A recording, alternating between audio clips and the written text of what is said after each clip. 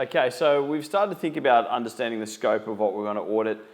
We've had a bit of a talk on really what our risk management context is and the sort of things we might want to be looking at. So we've looked at how big is it, we've scoped it, we've started to think about what resources do we have, time, etc., what previous information do we have, and really started to get an idea on just how much, what did we want to look at, what areas of the business did we want to look at perhaps, were there particular functions or particular things coming out of our STEEP or our SWOT that sort of said to us, actually, we probably need to have a look at that in a bit more depth.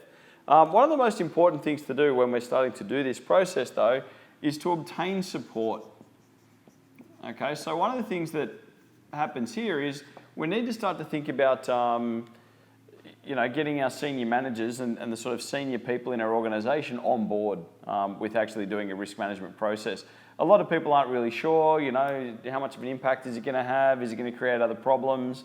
How much time is it going to chew up? Okay, so there's a lot of concerns people have, and when those people have those concerns, they're not really all that helpful at helping you get it done. Even though it's one of those things that we all know it has to happen, it's just we don't necessarily want to do it, okay? Because it's time consuming, a lot of people say it's boring, it's all too hard, it means we have to look at heaps of stuff. It's like doing homework, okay? No one's really keen, but it's necessity. Okay, so we need to start to encourage, okay? Because what we want is we need those managers to get on board with encouraging the process and also encouraging their staff to participate and get involved and to make sure this is not just something we do from time to time, but actually becomes part of the business that we have. So they need to start providing encouragement towards the risk management process through our organisation on an ongoing basis, not just for now while we get it done, but going through that. So we want to encourage the appointment, so senior appointments. Okay, we need to get senior appointments into the to lead the risk management activities. Okay, so in order for these things to get the attention they need, we need to make sure that the staff members who are involved in doing this activity, if it's not actually the owner or whatever, that it is a fairly senior person because they need the weight in order to go through and get everything done and make sure they're getting the answers they need and aren't just getting bypassed and fobbed off. Okay, so we also want to get the involvement of these people when we're thinking about developing the policies and procedures, okay? So we need people of a certain level of seniority to sort of start taking the lead on this, okay? Because they're also going to be the ones that have to come up with the answers. There's no point me, if I ran a business to appoint someone further down the business to start to do the risk management processes if they're not in any sort of position to start to be able to suggest or guide the decision-making process about how we're going to fix it. Okay, and what we want to really build by making sure that the senior people are involved is that people understand that if the senior people are doing it, it's a fairly serious thing to the business and starts that encouraging a sort of a planned open approach that everyone can come up and say something. Okay, that manager is now open for conversation and they've been given the mantle to run with it. So we are in fact encouraged to speak up because a lot of times people don't want to raise things to the managers because they feel they're nagging or they feel they're complaining or they feel they're whinging or they won't be taken seriously. But if I've got someone at a senior position who's been appointed to running it, it gives all those staff an ability to come and talk to them on some sort of, easily relatable level that they know that they're welcome to do so. Okay? And it also means that we need to make sure, the other reason we make sure these people have that senior level understanding is because they're also going to be the people communicating across the organisation. And if they're going to communicate effectively across the organisation, let everyone know what we're doing as far as risk, then they needed to be involved from the outset so they know what's going on. We don't want them to get up and start, saying the wrong thing or communicating wrong ideas because they're not really across it, they don't really understand it. So having people involved in that senior level, really massively important. And also just to get them to support and see the initiative for what it is, which is a necessity and something that we want to see as a positive thing in our business to avoid us having problems and issues. All right, so that communications they have, it's a key component of what follows. Okay, good communications are the key to risk management because it means that we can very adequately later on tell people, well, what can go wrong? So they understand who's involved. It reinforces that we have a responsible culture of risk management in the organisation. We take risk seriously. And we start to think about making sure that we're communicating the planning stages, so what's going to be involved, how we're going to put this thing together, and also thinking about the management of the process once we've designed a process, how we're communicating all the different steps, policies and procedures out there and what we need to happen, and also an ongoing pattern of communication through the review process as we go, okay? So having those people up there, very important, championing from the top. Now, obviously, it doesn't all become the show for the top of the tree because we want to start involving people at all levels. But if we don't start with the managers from the beginning, people won't take it seriously, or the people below them won't feel that they can really go and have a good hearing. Okay, so that's really the bit there about obtaining support. It's to provide encouragement, get those senior people in there, and to communicate. Communicate that the activity is going to take place and the review is going to take place. Communicate the findings of the review and the policy and procedure changes we're going to put out there, and then also how the review, how we're going to continuously review going forward, okay, to make sure it's all happening. So that's about obtaining support and why that's so important. So now that we know that, we've talked about getting those senior people there to make sure we've got good communications, we need to think about, well, who else do we need to communicate with? Okay, so where else do we need to develop communications? All right, so outside just our senior managers, we need to think about the rest of the executive team. Okay, so the executive team, all the other senior managers in the organisation, and all the other people involved in running the various departments, etc. So they need to be involved there as well. Okay, we might need to actually put together a risk committee. Okay, so we might actually have a risk management committee, and the risk management committee might be actually drawn from various people. Well, actually, it should and must be drawn from a whole range of different places in the organisation. If we're a large organisation, or different branches, or people that work on different shift times, people within different positions, a little bit of diversity in that, make sure it's not a monoculture. Okay, so we want to mix up the committee, make it worthwhile. Okay, there should be a risk co-ord. So some sort of coordinator whose job it is to keep all the documents centrally and to keep an overview of the process. Okay, so you've got one person tasked.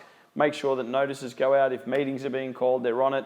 If there's any changes, you need one point of contact who's really across what's happening, big picture. Shareholders. Okay, we need to communicate with shareholders on a regular basis through the annual general meeting and other publications. And that's really, if there's risks that come up that we've dealt with that might relate to them, the shareholders are always concerned, are we going to lose their money? That's a valid concern they might have.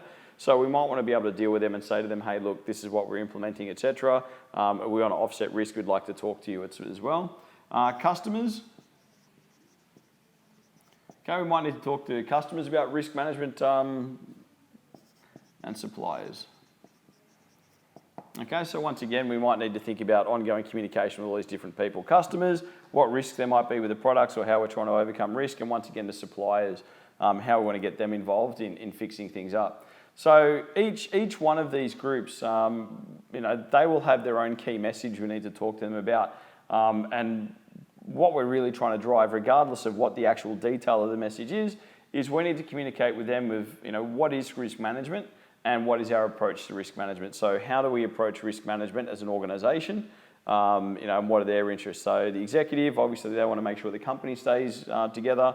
The risk committee, they'll be dealing with things day to day, information in and out. The risk coordinator needs to know what to track and what information they're going to have. The shareholders want to know, well, what is risk management to avoid them losing their shareholdings, because obviously they've invested in the company. If the company disappears, they lose all their money.